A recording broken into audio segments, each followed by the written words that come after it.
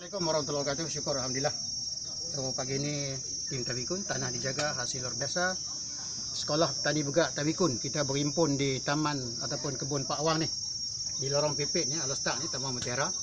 Dan hari ini syukur alhamdulillah kita menerima tetamu kita daripada Taman Bayu dan rakan-rakan ahli yang mengusahakan ni ramai ni duk tunggu. Tapi kita ada SOP lah. No, ada SOP. So syukur alhamdulillah.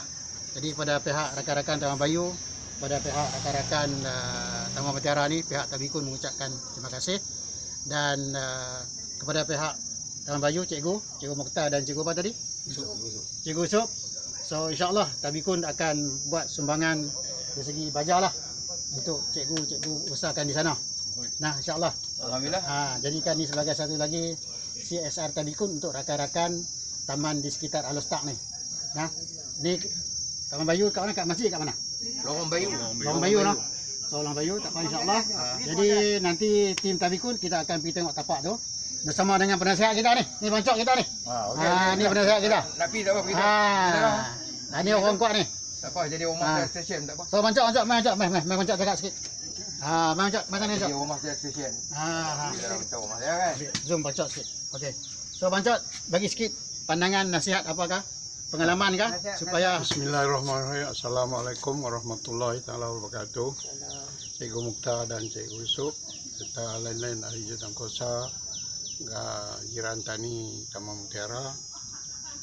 Saya tengok dalam konteks ini satu yang amat penting adalah menurunkan ilmu. Dan seperti ditegaskan oleh Haji Fadilah Tabikun, apapun dia kena mula dengan ilmu. Kalau ilmu tak ada, kita ada duit beribu, puluh ribu pun, projek kecil pun tak api. Sebab ilmu tu menentukan arah tuju, sejauh mana kita boleh mengoptimalkan sumber-sumber dan juga tapak, serta juga apa saja yang boleh digembeling untuk berterusan projek ini berjalan. Dan yang utama adalah kalau kita mampu dapat jinakkan anak cucu untuk turun bersama, sebab itu adalah kemahiran hidup.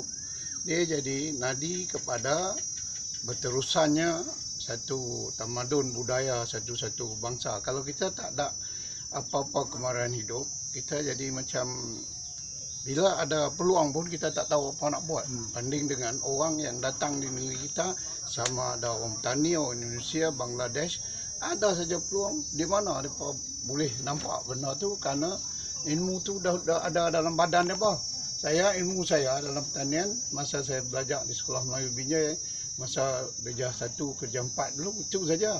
Tapi bila dibuat secara berterusan sikit banyak, bolehlah kita bimbing orang dalam tahap ABCD ni. Bukan dia perlu tahap tinggi-tinggi, pasal benda ni yang utama dia adalah matahari, air dan juga tanah. So semua anugerah ilahi. Kita hanya datang carum secara kudrat sedekah jariah untuk nak menjadikan benda ni berterusan dan ada maju serta macam sini. Kita boleh kata semua kita pakai, kita semua satu benda pun kita tak beli untuk dangau dan tempat makan. Sebab apa? Benda ni bersepah-sepah tak mana pun ada kereta api ambil main diri saja. kemahiran tu.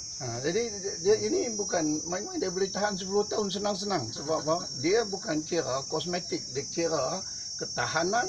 Dan dalam konteks ini rasanya kita mula-mula dulu kita agihkan petak ini secara 6 kaki dengan 70 kaki. Sebab 4 kaki padu tu harus jadi batas. Pasal 4 kaki padu boleh menampung 2 baris. Sama ada nak tanam bendi, nak tanam jagung, 2 baris cukup-cukup. Tapi kalau kurang pada itu tak cukup. Ini jadi satu contoh. Kalau sekali Cikgu Mokhtar dengan Cikgu Yusuf jalan tengok, dia ruang lalu tu patut 2 kaki saja. Sebab kita lalu lalang dengan sendiri kita pijak rumput pun tak naik. Tapi kalau 3 kaki dia jarak, dia jadi satu masalah nak itu pula. Habis tu kita kena guna pakai secara sepaling optimal benda yang ramuan yang boleh kita semula untuk menyuburkan tanah. Macam kata kita ada pokok-pokok yang saya tanam ubi itu tunjuk apa pokok dikorek lubang, tanam pokok, baru timus tanah, atas itu tanam ubi. Sebab apa? kita kurang ada tanah. Bahan tu boleh bagi naik batas tinggi sikit. Dan bila ubi dia nak matang tak matang, pokok-pokok bawah, rumput sampai bawah jadi kompos untuk menjanakan satu sumber baja kompos untuk ubi lebih orang kata besar dan lebih orang kata subur. Itu satu. Tapi bila nak buat dia secara rekreasi dan juga betul ilmu. Rekreasi ni kita jangan main duk sumbat macam-macam sampai naik pipi tengok tu jadi macam tak ada sebarang rekreasi. Jadi pasal itu saya di sini kalau seboleh mungkin saya suka di pinggir saja kita tanam benda yang jangka masa edah dia lama. Tepi-tepi di tengah-tengah tu biar benda tu dalam edah 3 bulan dia habis, diganti balik. Dan kalau kita pakat main tanam culang-caling pokok pisang ke pokok sap-sap jadi main-main tu dia jadi semak macam hutan.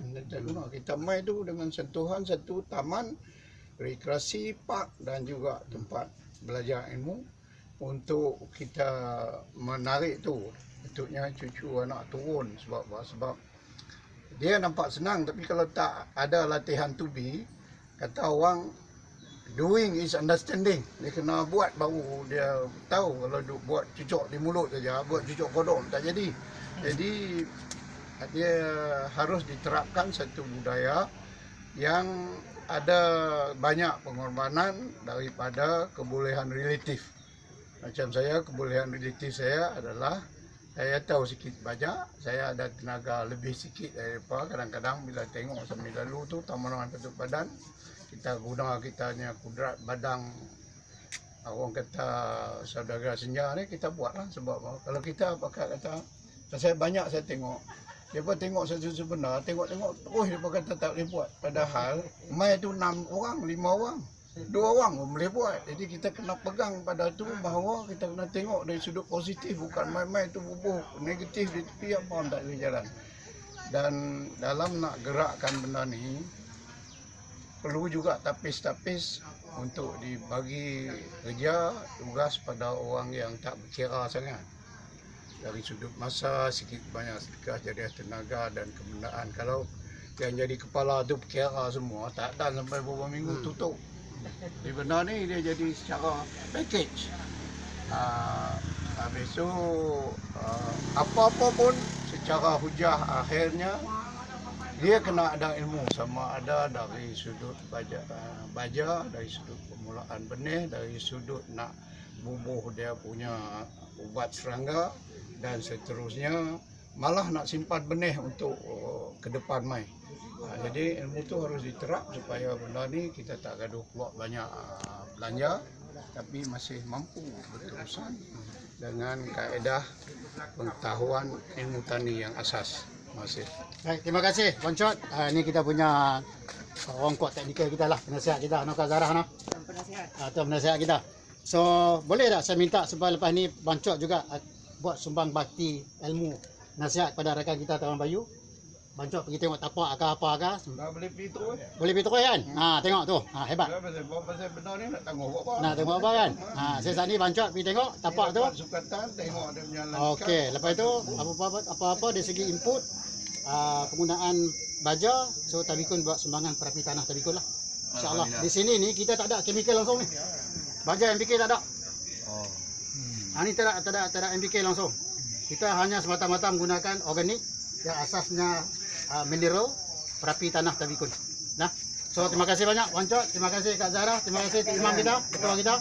Nah, terima kasih pada cikgu-cikgu Mokhtar dan cikgu Cuk. Terima kasih. InsyaAllah kita jumpa lagi. Baik, assalamualaikum.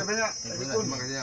Kerana cukup ambil minat dan senantiasa mendampingi benda ni agar kita dapat insyaAllah berterusan rekreasi, penurun ilmu dan juga memupuk kejiranan dan kegiatan riadah bersama.